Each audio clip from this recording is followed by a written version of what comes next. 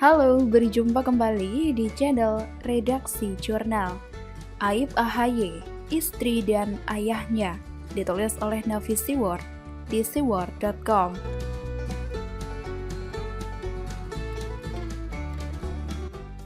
Tadi, penulis tidak sengaja membaca sebuah berita tentang ocehan Agus Harimurti Yudhoyono di sebuah media nasional tentang anak muda dan karpet merah.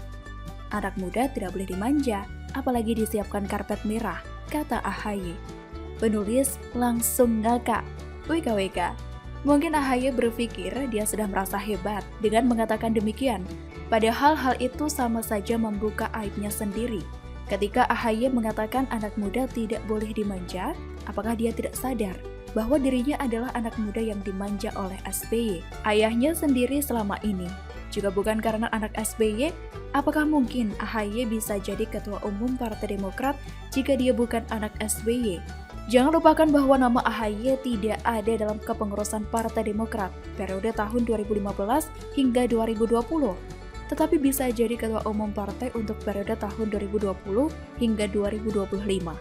Kok bisa? Gimana logikanya orang yang tidak pernah ada namanya dalam partai tapi bisa jadi ketua umum partai? Jadi sudah paham bukan jika AHY bisa jadi ketum Partai Demokrat karena dia adalah anak SBY? Tidak lebih. Mau membanggakan AHY pernah dikirimkan ke Lebanon sebagai prajurit TNI kontingen Garuda sebagai pasukan penjaga perdamaian PBB. Itu kisah lamanya saat dia masih menjadi prajurit TNI. Dan faktanya, dia mundur dari TNI lalu terjun ke dunia politik tanpa penyesalan. Kalau dianggap menyesal, tidak. AHY dianggap salah momentum? Tidak sama sekali, kata AHY. Menurut AHY memilih jalur tersebut dengan pertimbangan matang. AHY mengaku telah meminta petunjuk lewat sholat istiqoroh, serta mendengarkan masukan dari keluarga, terutama istri dan orang tuanya. Ternyata AHY keluar dari TNI dan terjun ke dunia politik setelah mendengar masukan dari istri dan orang tuanya. Penulis tidak heran jika AHY berani keluar dari TNI lalu terjun ke politik atas saran orang tuanya SBY. Toh, emang gak ada yang bisa dibanggakan dari seorang AHY kecuali dia anak SBY. AHY berani keluar dari TNI lalu terjun ke dunia politik atas saran istrinya juga.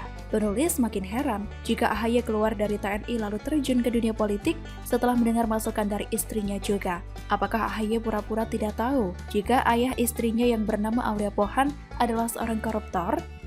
Bukan hanya AHY yang tidak punya prestasi yang bisa dibanggakan. Kita juga akhirnya tahu bagaimana borok kepemimpinan SBY atau ayah AHY selama ini. Boleh saja simpatisan, kader, dan elit Demokrat memuji tinggi SBY, tetapi rakyat sudah muak dengan kepemimpinan SBY sebelumnya. Hal ini terbukti dengan perolehan suara Demokrat yang terus anjlok dalam setiap pilpres atau pileg. Partai Demokrat yang pernah menang sebagai partai juara dalam Pilpres 2009 karena berhasil meraih 21.703.137 suara atau 26,4%. Tetapi suaranya akhirnya rontok setelah kasus mega proyek Hambalang mangkrak, sehingga suara partai mereka anjlok menjadi 12.728.913 suara atau 10,9%. Pada tahun 2010, bahkan saat Pilpres 2019 lalu, suara Demokrat hanya mencapai 10.876.507 suara atau 7,77%. Akhir kata sungguh sangat lucu ketika AHY mengatakan anak muda tidak boleh dimanja. Apalagi disiapkan karpet merah, itu sama saja membuka aibnya sendiri yang dimanja oleh SBY yang terkenal dengan proyek mangkrak Hambalang. Bahkan AHY yang tidak punya pengalaman memimpin rakyat malah diberikan karpet merah untuk maju sebagai capres tahun 2024 oleh partainya. Apakah rakyat Indonesia memilih AHY sebagai presiden di Indonesia yang memiliki istri yang ayahnya pernah dipenjara terkait kasus korupsi? Apakah rakyat Indonesia mau memilih seorang AHY yang tidak punya pengalaman memimpin rakyat tetapi malah dimanja oleh SBY dan diberikan karpet merah oleh partai mereka untuk jadi presiden di Indonesia? Penulis tidak akan mau menyerahkan nasib rakyat selama 5 tahun kepada seorang pemuda yang memiliki istri yang ayahnya seorang koruptor. Terlalu gegabah menyerahkan nasib 250 juta rakyat Indonesia kepada seorang pemuda yang tidak punya pengalaman. Pilih pemimpin kok coba-coba. Prihatin. Wassalam. Navi Siward.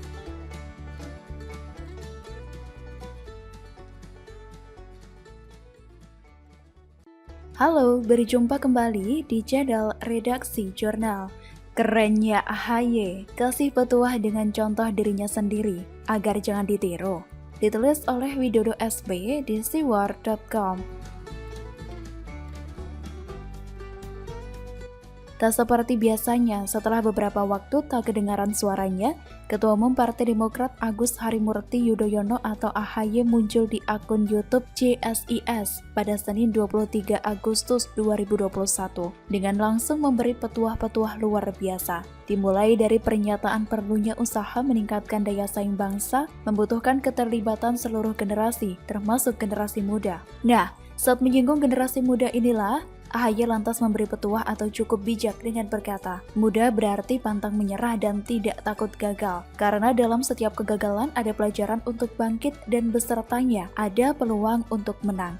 Anak muda tidak boleh dimanja, apalagi disiapkan karpet merah, kata AHY. Sampai di sini saja saya kutipkan pernyataan AHY, omongan yang langsung mengarahkan kita semua pada karpet merah yang digelar oleh Pepo SBY kepada anak sulungnya itu, tepatnya pada masa Pilkada DKI Jakarta 2017, di mana seluruh Indonesia tahu apa yang terjadi pada saat itu. Dimulai dari dipaksanya AHY keluar dari kesatuan sebagai seorang prajurit dengan pangkat dan pengabdian yang belum seberapa. Lalu, karpet merah coba digelar dengan mengusung anak muda yang masih sangat minim pengalaman di pentas politik Indonesia itu sebagai calon gubernur DKI Jakarta. Sayangnya karpet merah itu lantas taubahnya menjadi arena bagi remaja yang tahunya hanya lari-lari di sana. Tak ada yang bisa ditawarkan secara berarti pada warga Jakarta, sehingga AHY langsung tersingkir pada putaran pertama usai coblosan. Publik pun mungkin hanya bisa mengingat aksi mulsing dari Kakanda Ibas tersebut yang sama sekali tak berguna bagi penguatan perolehan suaranya saat coblosan Pilkada DKI Jakarta 2017 silam. Hanya viral beberapa saat, itu pun diwarnai banyak sindiran dan tertawaan. Maklum, masih muda kok disuruh lewat karpet merah. Karpet merah berikutnya tentu terkait mendadak munculnya AHY sebagai Ketua Umum Partai Demokrat. Seolah-olah partai ini adalah partai keluarga dengan klien SBY dari JK sebagai pemiliknya. Pengalaman AHY yang masih hijau dalam pentas politik Indonesia tak digubris oleh sang Pepo yang berprinsip pokoknya AHY harus menjadi Ketua Umum Partai Demokrat. Mungkin nanti jika AHY sudah tidak bisa diandalkan lagi, giliran Ibas yang akan maju, tepatnya dipaksakan untuk maju supaya nama, harkat, dan martabat Yudhoyono's family bisa tetap eksis di Partai Demokrat. Namun bicara soal keluarga SBY ketika bikin pernyataan, nggak lengkap rasanya kalau nggak ada ungkapan yang terkesan baper di sana. Bapernya AHY pun lantas muncul ketika dia berkata bahwa anak muda itu seharusnya perlu bimbingan, nasihat, dan pengalaman dari para pemimpin, para senior, dan generasi pendahulunya. Bukan dilecehkan, dibungkam, apalagi dimatikan. Siapa yang membungkam? Siapa yang mematikan? Tidak jelas, kan hanya omongan baper. Jadi sebaiknya nggak usah digubris bagian yang ini. Tunggu, kok rasanya masih ada miripnya dengan apa yang terjadi di internal Partai Demokrat ya? Demi memuluskan AHY sebagai Ketua Umum pada waktu itu, mungkinkah jika dilakukan tanpa membungkam suara-suara kritis yang menghendaki figur lain sebagai Ketua Umum Partai Demokrat sepeninggal SBY? Akhirnya kurang lengkap rasanya kalau tidak membahas ucapan yang lebay pada bagian perkataan AHY yang ini. Oleh karena itu, adalah tugas generasi muda hari ini untuk semakin memperkuat daya saing bangsa ini, sehingga benar-benar siap digunakan dalam mewujudkan Indonesia Emas 2045. Bagus sih, tapi coba tanyakan bagaimana caranya mewujudkan impian besar pada 2045 itu. Nantikan jawabannya kalau nggak muter-muter tanpa arah. Paling jawaban di permukaan saja yang akan terlontar. Akan tetapi terlepas dari semua itu, kita tetap perlu memberi apresiasi karena AHY terkesan sudah memberikan pernyataan, sekaligus memberi contoh nyata mengenai nasib anak muda yang terlalu cepat diberi karpet merah akan jadi seperti apa, khususnya dalam kurun waktu 4 tahunan terakhir yang rekam jejaknya bisa kita temukan di berbagai pemberitaan online maupun media sosial. Terima kasih Mas AHY, teruslah berkarya meskipun hasilnya bikin baper dan prihatin. Semoga partaimu tidak nyungsep pada Pileg 2024 nanti ya. Begitulah, kura-kura. Halo, berjumpa kembali di channel Redaksi Jurnal. Bela Taliban agar tak jadi gerakan pengacau. Gimana kalau kita kirim JK ke sono? Ditulis oleh Manuel di siwar.com. JK beberapa hari ini memang lagi suka bicara soal Taliban. Dia mengatakan bahwa Taliban ini tidak boleh dilihat secara sebelah mata. Perjuangannya membela Taliban sudah tidak bisa dipungkiri lagi. Bahkan dia mengaku bahwa beberapa kali dia sempat ingin memediasi Taliban dengan pemerintahan di Afghanistan, namun berujung gagal. Dia bahkan pernah undang Taliban ke Indonesia. Serem banget. Lantas yang dikerjakan oleh JK adalah untuk melihat bagaimana Taliban itu ada sisi baiknya. Bahkan ketika dianggap dan disimpulkan bahwa JK sebagai pendukung Taliban, dia mengatakan hal yang lucu. Dia mengatakan dengan logika yang mungkin tidak masuk di pikiran saya. Untuk mendamaikan kedua belah pihak, kita harus dekat dengan kedua pihak. Sebenarnya, itu bukanlah yang menjadi redaksi kalimat yang dia munculkan. Namun itu adalah paraphrase saja. Bagi saya untuk mendamaikan kedua belah pihak, justru kita harus ada di dalam pihak yang benar. Kita tahu bahwa Taliban dan kelompok-kelompoknya adalah kelompok yang menghalalkan segala cara untuk melakukan tindakan-tindakan perebutan kekuasaan. Tentu hal ini sangat jauh dari semangat yang dimiliki oleh negara ini. Semangat negara Indonesia adalah untuk memberikan sumbangsih kepada dunia, bukan sekedar parasit dan merongrong negara lain dengan cara-cara radikal, apalagi sampai menggunakan senjata. Negara Indonesia justru sangat mengutuk tindakan penjajahan. Apalagi kita memiliki sejarah penjajahan yang sangat panjang dan memperjuangkan kemerdekaan yang sangat amat sulit. Kita melihat juga bahwa Taliban ini memang sudah dicap sebagai penjajah yang sangat keji. Tindakan-tindakan yang tercatat di dalam buku sejarah soal Taliban ini sudah sangat banyak. Catatan-catatan kelam yang memberikan nuansa kengerian dan pengacauan sudah ada di dalam organisasi Taliban ini. Gelapnya tindakan mereka seperti mencongkel mata kau mau membunuh oposisi. Menganggap perempuan sebagai orang rendahan itulah yang membuat saya begitu mengutuk aksi Taliban. Mereka mencoba merebut kekuasaan dan menjadikan Afghanistan sebagai Suriah masa kini. Kita juga melihat bahwa saat ini Afghanistan yang hanya terdiri dari 8 suku bisa terpecah karena ideologi yang disesatkan oleh Taliban. Jenderal Purnawirawan Muldoko pernah mengatakan bahwa Indonesia ini adalah satu negara yang seharusnya dijaga ketat persatuan dan kesatuannya.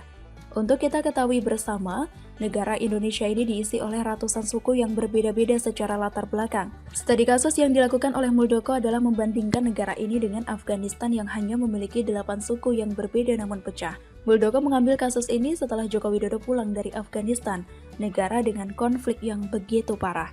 Herannya, JK justru memposisikan diri seolah-olah dia ada di bagian Taliban. Sebenarnya mudah saja kalau kita melihat dari skema politiknya.